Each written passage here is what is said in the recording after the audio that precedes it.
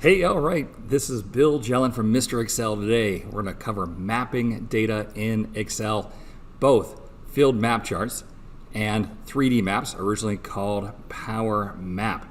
Let's get started. Okay, so let's take a look at countries here. I have all the countries in South America. Choose these on the Data tab, go to Geography, and then let's choose something we can map, such as population. So go see those countries by population. I should be able to choose just one cell here, insert map chart, and it'll automatically expand to all of the data. Perfect.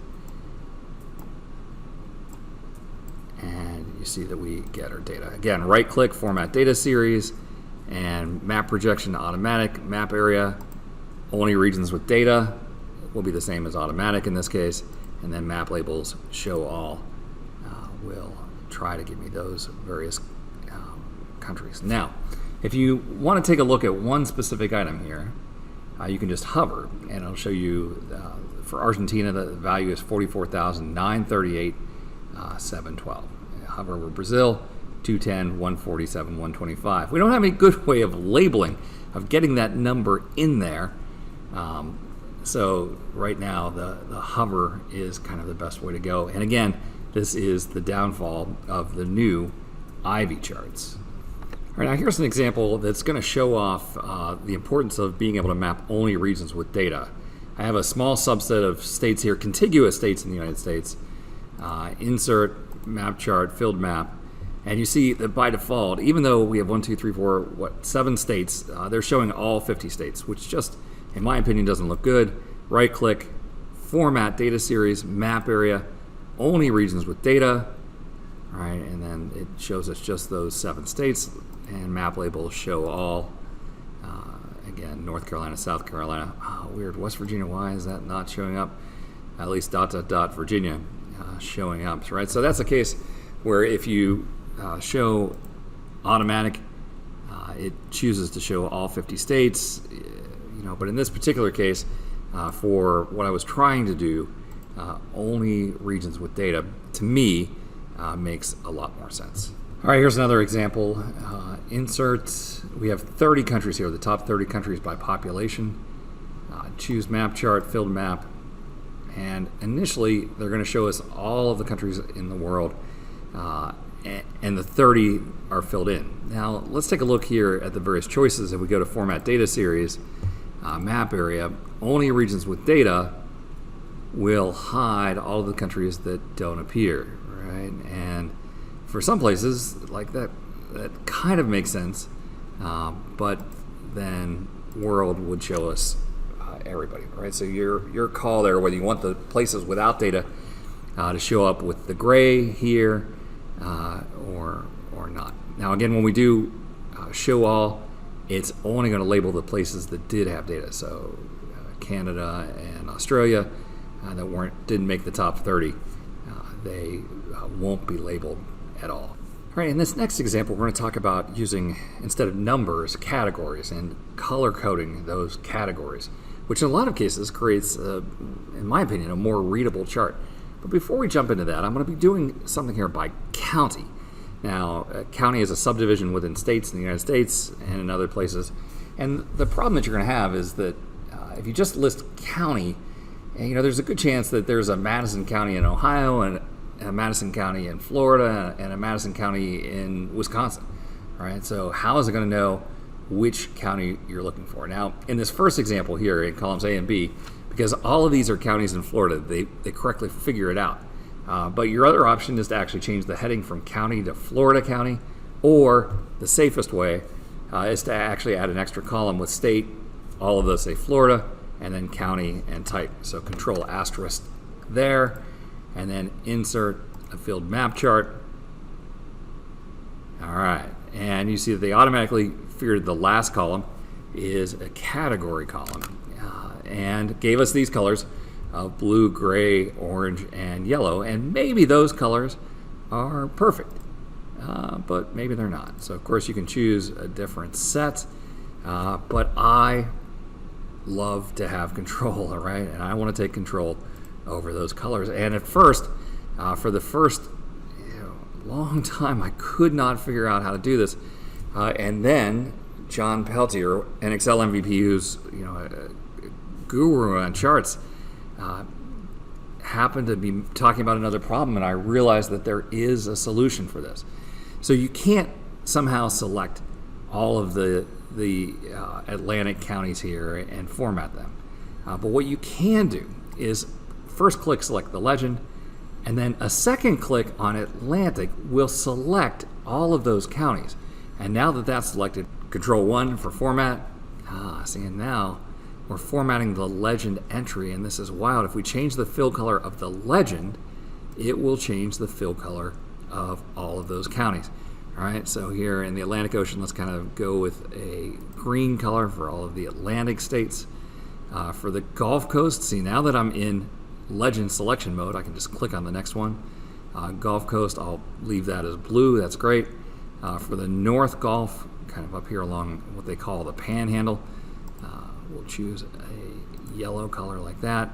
And then finally for the landlocked, these are mostly farming areas. I guess I'll go with some sort of a brown like that. All right, so it is possible to change the colors that they select for these category charts, but it's not obvious at all. First click selects all the legends. Second click, you're now in legend select mode, and then Control 1 to display the panel, and you can format individual items. Okay, now we've looked at country, state or province, county. Here's the smallest unit that they will map, and that is postal code, or here in the United States, it's called zip code. So we have zip codes over there in column A and values in column B. And this one is actually an interesting one because it kind of shows you how this works behind the scenes. When I insert the map, the first thing they're going to do is they're going to draw in the 37 zip code boundaries that are here. But then they proceed to download all of the shapes for the other zip codes in Florida. And you'll actually kind of see this get drawn in, which to me seems kind of pointless. Why would they do this unless they expect us to add more data later and not be on the internet? That's the only thing I can figure. It's really annoying. In the United States, there's 4,000 to 5,000 zip codes. If you have data that spans multiple states, they'll be downloading, all of these shapes. That just doesn't seem like it would need to be done. And let's look real close here. So they start out with the blue, see, and then it's drawing in all of those other zip code boundaries. And again, I'm not sure I really understand why they would do that. Definitely here, right-click Format Data Series and change the map area to only regions with data. And then we just get Brevard County, which is a long, narrow county along the coast here, including some barrier islands and Merritt Island there in the middle. So it's possible to get down to the postal code data, which is great for a lot of businesses. You have your customer list. You want to see where to advertise, where your customer's coming from, and the postal code is certainly a great way to do that. Well, I'll tell you what, I'm just a massive fan of this 3D map feature. It was originally called Power Map. It was introduced in Excel 2013, kind of as a mid-release add-in, and then formalized in Excel 2016. They changed the name from Power Map to 3D Map. I thought Power Map was a great name. You're going to hear me accidentally call it Power Map still to this day. So I have a data set here with zip code. That's the important part. You need some sort of geographic field. It could be city, it could be state, it could be latitude and longitude, it could even be street address. But we're going to start off here with the zip code. Simple question I ask people, what's your favorite drink, Coke or Pepsi? And you see I got a lot of answers besides Coke and Pepsi. Favorite number. And then this is just for me to know where I met that person. USA, I put USA in all of these. That helps Excel to understand that when I say Paris, I mean Paris, Kentucky, and not the one in France. And when I say Melbourne, I mean the one in Florida, not the one in Australia. Who knows what they're going to give you, so let's just make it clear, add country. Now I'm going to show you how to create the 3D map, but first I want to show you what they are and how we can navigate them. So this is 3D map. There's a lot going on here. Over on the left-hand side, a tour panel, and we'll talk about tours later. For right now, we're going to get rid of that. The legend here always takes up a lot of space. Not sure I always need this, especially when I clear the filter, and we're going to have 86 items in the legend. Field list, This is just like building a pivot table, but putting the pivot table on a map. All right, so your call whether you show the field list or not, easy enough to turn it off and on. All right, so I have a filter applied here. I'm going to clear that filter. And what we have is a data set. These are basically all the people that I've run into in the last 3 or 4 years doing live seminars. I used to actually just carry a tablet around and ask people this before the seminar. And, hey, got any Excel questions today? No. Great, I have 3 questions for you. What's your zip code, Coke or Pepsi, and what's your favorite number? They were all accountants, so almost everyone had a favorite number. There were a few, though. It's funny, a few people who were offended that I asked them what their favorite number was. They didn't have a favorite number. I don't get that. How can you not have a favorite number? Mine, by the way, 17. All right, so what we have here is basically everybody that I've run into is plotted on this map by zip code. And so you can see, I used to live up here in Akron, Ohio, and now I live down here in Merritt Island, Florida.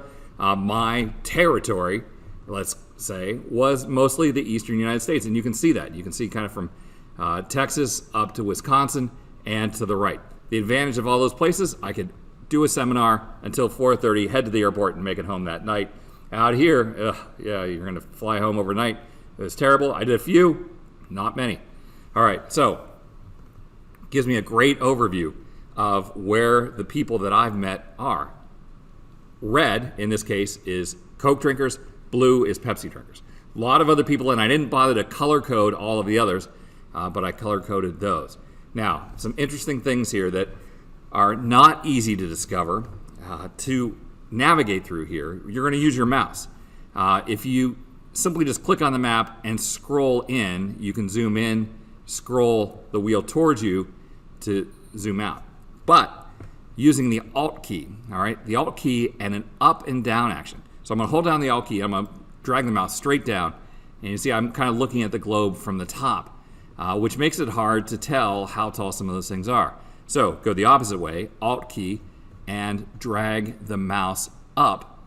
Lets me look at it basically almost from sea level, so you can see how tall those items are. Also, there'll be times, let's say that I want to look at the east coast of Florida, so that was not with the Alt, just drag the mouse to bring that around. But now I want to be sitting out here on the east coast of Florida and see how it looks. So Alt key and left or right will rotate the map. So Alt key, drag the mouse left, and then click and zoom, and I can zoom right in on the east coast of Florida. Now, I'm looking at it kind of too high, so Alt key and drag up, and I can kind of tip the map away from me. Isn't this cool? I mean, we never had to do any of these navigation things in Excel before, but they're all here with us now. For any particular item, so like here's someone who likes Coke, 32950 is their zip code, favorite number is 7. All right, that's all I have. I don't have their name or anything like that, because after all, I just met them. And later I started using forums.office.com to collect all this data. But you'll see here's the zip code where we had someone whose favorite number is 61, or maybe multiple people whose favorite number is 61, and like Pepsi, and then someone whose favorite number is 27, in the same zip code, and Coke. Now, just to give you an idea here, and I don't have a good data set for this, but if you work for a large company, it would be fascinating to take all of your employees to the street level, street address level, and plot them all in red. And also in the same data set, all your employees, or all of your vendors to the street address level, and plot them in blue. And anytime you see a house that looks like this, where we have a red on top of a blue, a red on top of a blue, you know that you have a problem because you have an employee and a vendor living at the same house. Maybe someone's buying something from their son or boyfriend or something like that. It's hard to find those with VLOOKUP or XLOOKUP because one of them's 123 Main and the other one's 123 Main Street. So you get to really kind of see some interesting things when you look at this data in Power Map. All right, now, how do we get the colors? We'll display the field list. Over here on the right-hand side, first we choose that the data was by zip code, and then the height of each column was favorite number, and then the category. The category changes the color. So I took the drink. What's your favorite drink, Coke or Pepsi? And moved that down to the category. All right. You can also, here under layer options, choose one particular item. So Dr. Pepper, let's say, and choose a color for that item, including more colors. You can put in the RGB codes, and I'm not going to go look up the brand code for Dr. Pepper. I guess that's close enough. Click OK. And as I mentioned, I did that for red for Coke and blue for Pepsi.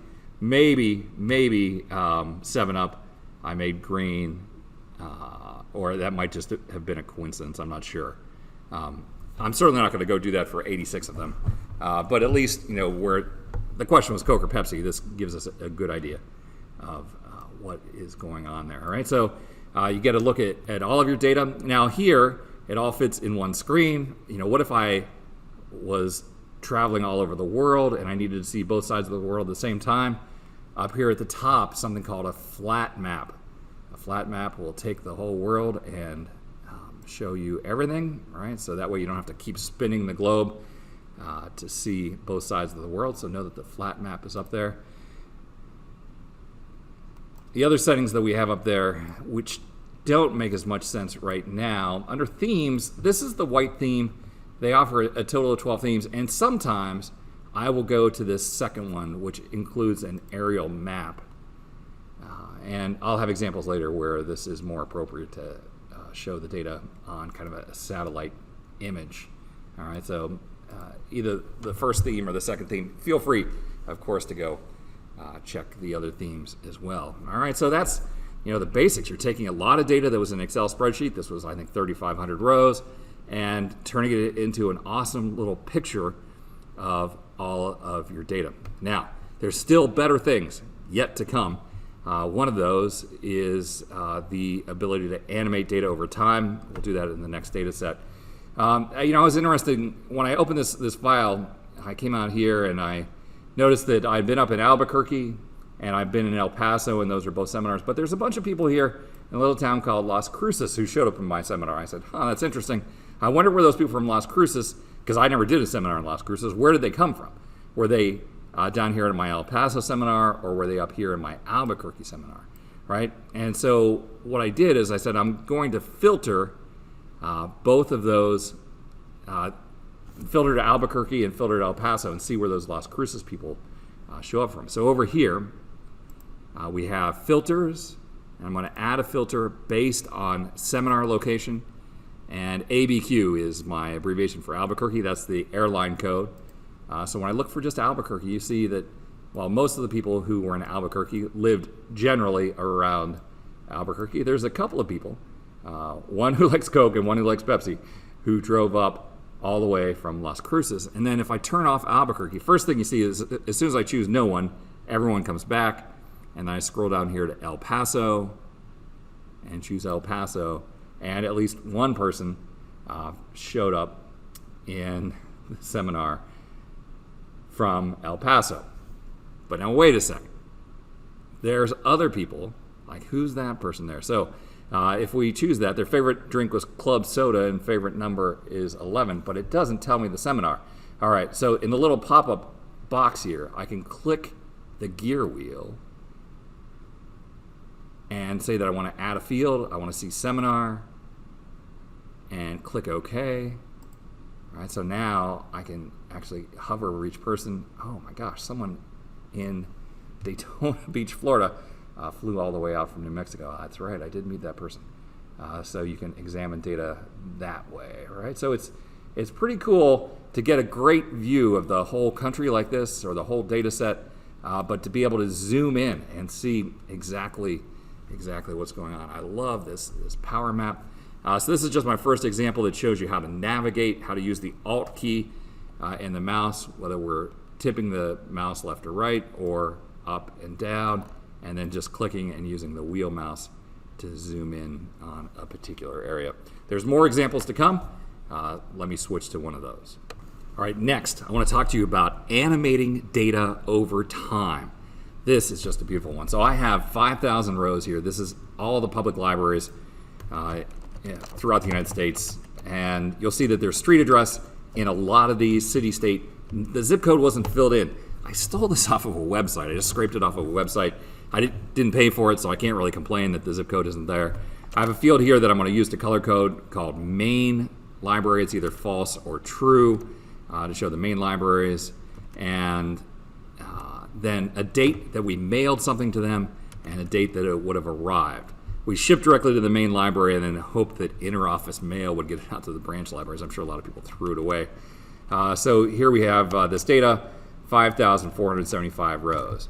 The data here is a table, and it's funny, Power Map, 3D Map, actually makes the data into the data model. It will load it behind the scenes into the data model. So whether it's a table or not doesn't really matter. They're going to secretly add this data to the data model. So here we start out with insert and 3D map. It's going to select all of the data in the current region. And you see over here, it's automatically assumed that we want to map by street address, which is perfect. That's good. There might be a case, though, where we want to sum by state or something like that, and we can change their defaults. So you can choose exactly how it's going to be mapped, right? And they're still in the process here of adding this data. But while they're going out, this is called geocoding, where they take that street address and figure out exactly where the little point is going to go. I am going to add a few things here. So for main library, I'm going to make that be the category. That way we'll have two different colors. The main libraries in orange and the other libraries in blue. And then for height, I have a field here called height, and I'm going to add that to the height. And this is actually just me trying to make the main library stand out. So I add a little if statement, equal if main library is true, then I put a big number like 200, otherwise a small number like 50. I don't remember the exact numbers I used, just to try and get some height out there. Oh, and check this out. We actually shipped to Hawaii, which is great, beautiful place, I'm sure, but it's too far out of the data, so sorry, Hawaii, you are going to be scrolled out of the area. All right, now, the field list at this point, I don't need the field list, so I can hide that. I can hide it either with the X or the field list. And then what I can do is I can zoom in, of course, and now this is plotted to the street level. So here we are in Columbus, Ohio. And this is a great case where I can change the theme from the white theme to the aerial color, right? And then I can actually get right down to the street level and see, like, so here, look at that, that's a hospital. That's a helicopter landing pad right there across from that main library at 96 South Grant Avenue, right? Main library is true, right? So if you're a real estate investor or something like that, and you wanted to actually see what's going on, and in this case, it's funny, the library is not like an entire city block, and it seems to be that they're drawing something about the size of an entire city block. So if we come here to layer options, a couple of great settings here, one called thickness, and I'll take that thickness and make it be a little bit smaller, right? So actually, there's the library right there. If we zoomed in, you can see that looks kind of like a library, first building, a second building, parking lot along the back, across the street from a football stadium, the Capital Crusaders. So, you know, the thickness maybe like right there would probably be appropriate. And again, use the Alt key and drag left and right. You can spin this around and look at the whole neighborhood from any direction, right? This is amazing that you can do something like this in Excel, you know, and see all of this data. See, now, at this point, because I made this 14% thickness, you can't really see them. So if you're going back to the country level, showing the whole country, then it probably makes sense to make those thicker again. All right, awesome. Let's add map labels in. We have no control over which labels are going to appear. Very, very frustrating. So they're labeling the states for us, which is great. But when I get down to the street level, the thing that will just drive me insane so often is that they will decide what streets to label, but not the street that I want them to label. So you see here that like U Street and V Street is labeled, R Street and S Street is labeled, but what if what I really needed was on T Street? And in this case, of course, we can figure out R, S, T, U, V, but it's just super frustrating that sometimes they choose to label some streets and not other streets, and you just kind of have to change the zoom or change the view a little bit, twist it a little bit to try and get that data to show up with the map labels. So do you have control over these? No, you don't. You just gotta deal with them showing you, what they're going to show you. My whole goal here with this data set is to show you the most awesome thing, which is being able to animate data over time, right? And they have a drop zone here in the field list. Let's see. So we've already used location, height, and category in the past example, but time. Time is amazing. I have two different fields here, date 1 and date 2. Date 1 is the date we mailed, and then date 2 is the date that we think that it was going to be received. And they have a tiny little drop down here after you add time. That data shows up for an instant. Data accumulates over time. That's the one I use almost all the time. And then the third one is data stays until it's replaced. All right, so sometimes you'll want to replace the data, but in this case, I just want to let it all accrue and end up with a map at the end. All right, up here, this little date and time, I am always constantly editing this and changing the format, so it just makes sense to show dates. Just dates are fine. I don't need to see the time. You can change the color, which sometimes if I use the darker map, I'll want to change that to white. So click accept. We don't need the field list here. And then down here at the bottom, this thing is called a scrubber. All right, so the scrubber, you can grab this little triangle here and go back to any point in time. So the beginning of time for this data set, September 26, 2012, from Akron, Ohio, shipped out. Looks like we hit Cincinnati and Cleveland the next day. But now I'm going to let this animate. Watch as I click play, and very slowly this data will start to draw in. Right, and first the main libraries, and then the branch libraries, and you can go back and see what's going on. Now, let's just pretend that this was for a book that was coming out September 15th or something like that. If I now roll this back to September 15th, you'll see that there was a lot of the country that didn't get the notice before the book came out. Right, so being able to see what it looked like at any date and time. If you're doing any kind of things where you're selling tickets, I want to see where the ticket sales are coming from, and how they're showing up over time, animating the data over time. It's just another jaw-dropping feature here with Power Map. All right, let's take a look at the different map types that we have. So here I have data on water usage for various postcodes around Melbourne, Australia. So I'm going to choose this data, insert 3D map. Very quickly they figured out all of these places in and around Melbourne, and I'm going to take the water usage and make that be the height. All right? And so what we're getting here is a map that is just the first map here, which is a stacked column chart. If I would add a second field, like random, then what's going to happen is that'll be plotted on top. Right? So water usage first, and then random. The second item here is a clustered column. So instead of stacking them for each place, we're going to get two columns, the random number and the water usage, like that. All right, so we'll take the water usage out. The next choice is called a bubble chart, and frankly here there's just too much data. You're not really going to be able to see anything with this. Maybe if the data was spaced further out, that would make sense. And then a heat map. Heat map will show the items with the most water usage kind of as a brighter red going down to light blue, like that. And then finally the last item, this is nice. This wasn't in the original version. This is a region map, and it's actually what is now built into Excel when we insert a filled map chart. All right, now when I do this, they're just going to make some awful assumption that they're going here based on state, so it's Victoria. But I want to do it by postal code, and I have a field for postcode, but they don't recognize that for whatever reason. Just the heading I used, they didn't like. Who knows what I would have had to have typed in there. So I'm going to say add field, postcode, and they don't know what it is, so I have to come in here and say, oh, this is a postal code. All right. But then they go back out to the internet and they pull that data in, right? So now they're filling in each of the little postal code shapes with a darker color for higher numbers. Oh, actually, I wanted water there instead of.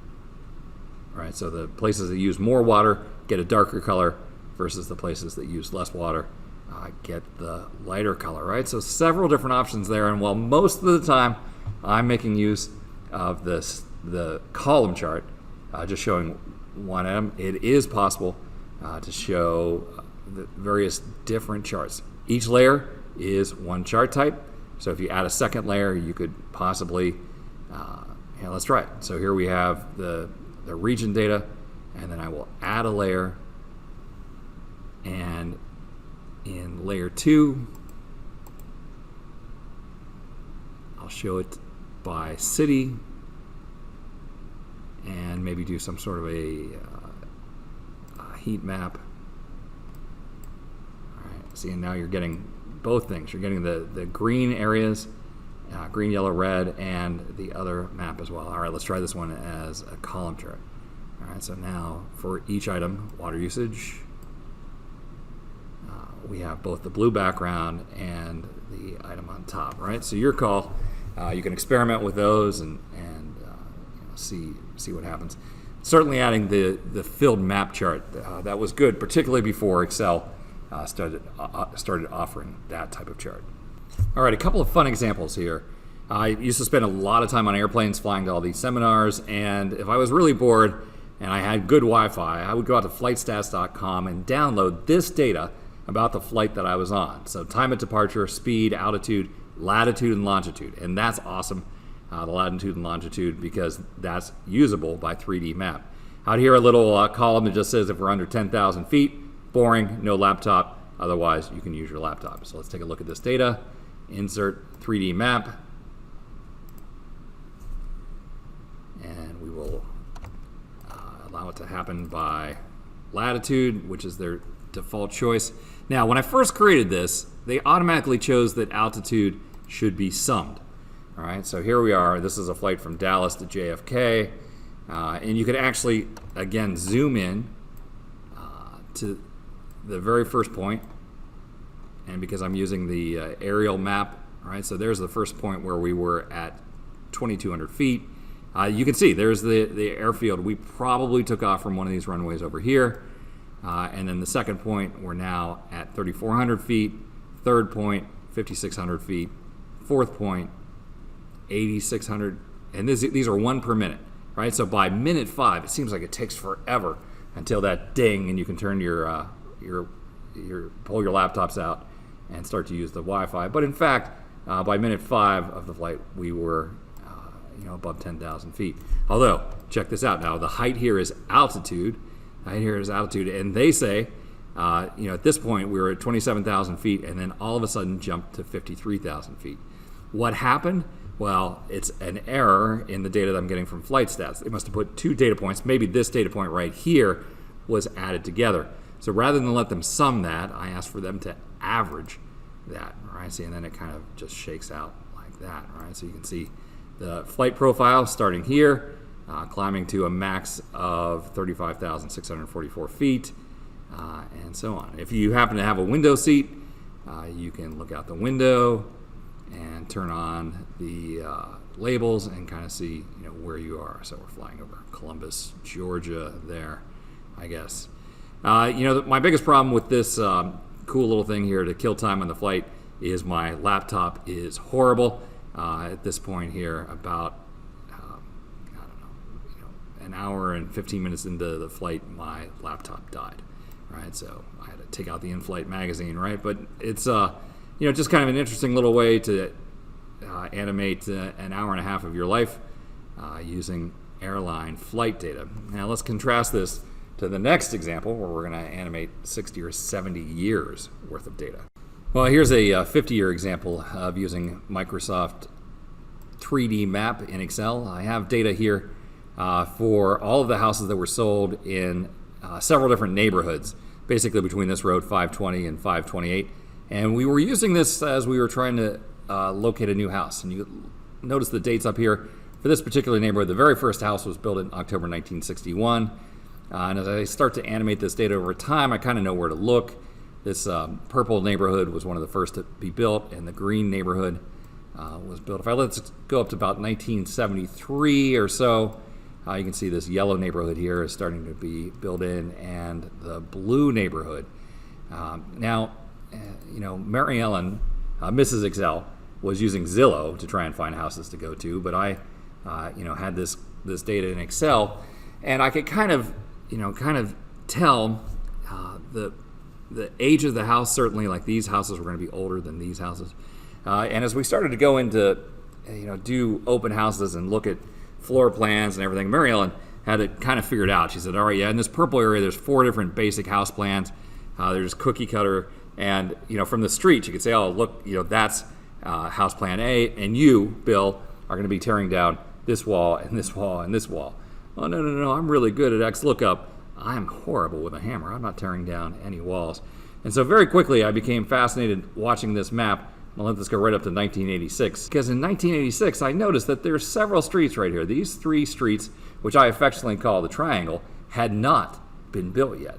That means that these houses were at least 20 years newer than the other houses, and maybe I wouldn't have to tear down as many walls. Now, the height here, the height is the last sales price, and we're replacing the data as each sale happens. So, the value of the column is increasing or decreasing depending on what happened, right? So watch as this neighborhood gets built here over the next few years.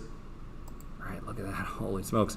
These houses are far more expensive than these charming houses from the 60s down here. So I said, all right, fine, we will find a way to hire someone to knock those walls down to make Mary Ellen happy. All right, so we'll let this go right up to about 1999 and stop. My future neighbors went insane over the next few years for no good reason. The value of these houses doubled or tripled from 1998 up until the housing crash in 2008, right? Look at that. It's just insane. What were people thinking? But then the housing market crashes, and from there on, a lot of foreclosures, things start to go down. But that doesn't mean that everyone in the neighborhood paid too much for their house. Like right here, this is Waikiki Drive, third house from the corner of Tiki. There's a house there. That person has probably been there since the very beginning and only paid $33,000 for the house. Likely, someone who worked out at Kennedy Space Center, they've retired, and frankly, they're going to be moving on soon to a smaller apartment. There are other houses like that house there and that house there. We use this tool to identify those people who had been there forever, and drop notes in their mailboxes saying, hey, we are looking for a house. Your house is perfect. If you're ready to move, we are ready to buy. And again, this was being able to identify this data. Had we just looked at this in Excel, thousands of rows of data, it would have been very hard to pick out those trends that you can very easily see with Microsoft 3D Map. Just a quick example here to show you that not all maps have to be on a globe. You can put a map on any image that you have.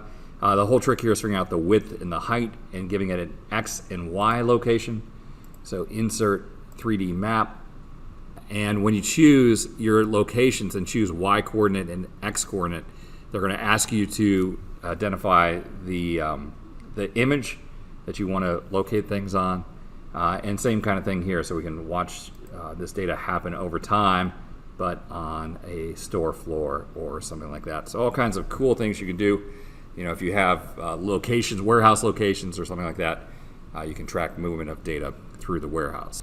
Okay, so while it's great to explore this, you might want to be able to create something that you could send to someone else, including either a screen capture or even better yet, a video, right? So to create a video, you're going to create a tour. And right here, I started with filtering my data to the flight coming in from Charlotte. And you can see it's just a nice little animation here of a flight flying into Akron Canton Airport, which is right there in Greene, Ohio. Right click or just hover and you get the gear wheel here. So that's going to run for 6 minutes. It's going to show everything from 8:25 to 8:40 with a 3-second duration. Let's call it circle. All right, great. So there's our first scene. Now I'm going to take this scene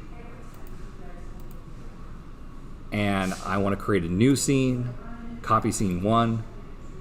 And here, now in scene 2, what I'm going to do is I'm going to filter to Charlotte, O'Hare, and DTW. So coming in from Detroit and O'Hare, we get 2 more flights, and they're coming from different directions, so I want to change this a little bit here so we can kind of see the data better, like that. All right, and in this scene, we're going to go to the gear wheel and make sure that it doesn't start at 8:25. We've already shown from 8:25 to 8:40. So I'm going to change this to start at 9:11.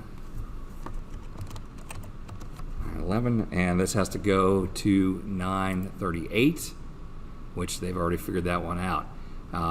So this will be 2 more flights. Is the scene name. Again, I'll let it run for 6 seconds, 3 second, and just for something interesting here, we'll use the figure 8.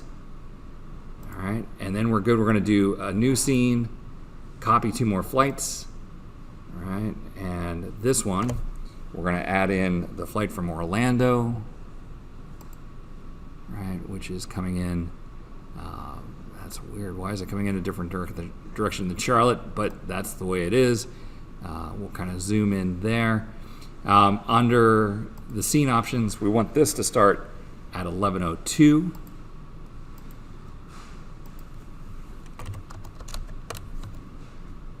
Good. And that's going to run to 11:20. That's perfect. Figure 8, we'll do something called flyover. 3 second duration. Good. And then one more new scene. And this one will add in the last flight from LaGuardia, so we'll kind of come over here. And this one is going to start at 11:22.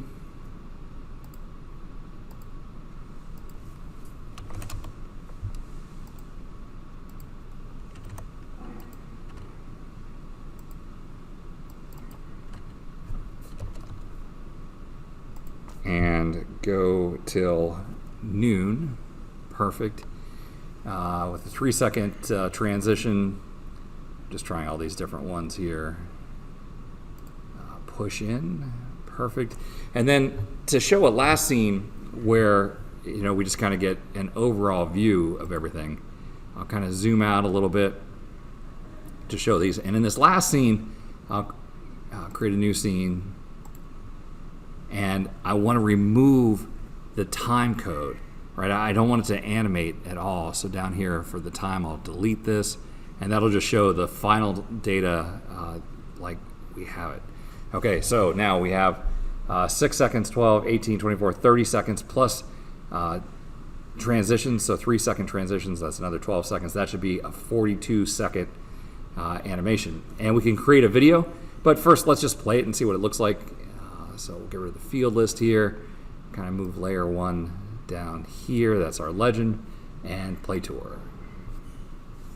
All right, so it starts out, you see kind of they animate here with the thing flying over. So there's the first flight coming in from Charlotte, and then 2 more flights coming in at the same time from Detroit and O'Hare. They land. And then our flight from Orlando comes in and lands. See, and yes, the time up here is really too dark. I need to kind of change that before I create the video. And then finally, the flight from LaGuardia coming in. And then we should have our last scene that just kind of shows all the results without any animation like that. All right, so you can save this, post it to YouTube, do whatever you need to do, creating a tour of the data. It's always good to preview it first. Let's see if we come back here to scene 1. We're going to have to edit that to change it to a white font. I'm going to have to unfortunately do that for the other scenes as well to make it all work. But it's cool to be able to create these videos from Excel. All right. Well, hey, again, this is Bill Jelen. I hope you found that helpful. Please take a snapshot of that with your QR reader to do an evaluation for Microsoft. Also, the Microsoft Excel team is seeking research participants. Snap a QR code of that or aka.ms Excel VG Research. All right, well, hey, we have 10 minutes left here for any Q&A. If you want to pop over there into the Q&A panel, I'll be happy to take any questions that you send my way. If you happen to be watching the recording of this, you can always reach me on Twitter at Mr. Excel. I check that pretty frequently, so feel free to reach out and I'll see what I can do to help. Want to thank you for watching.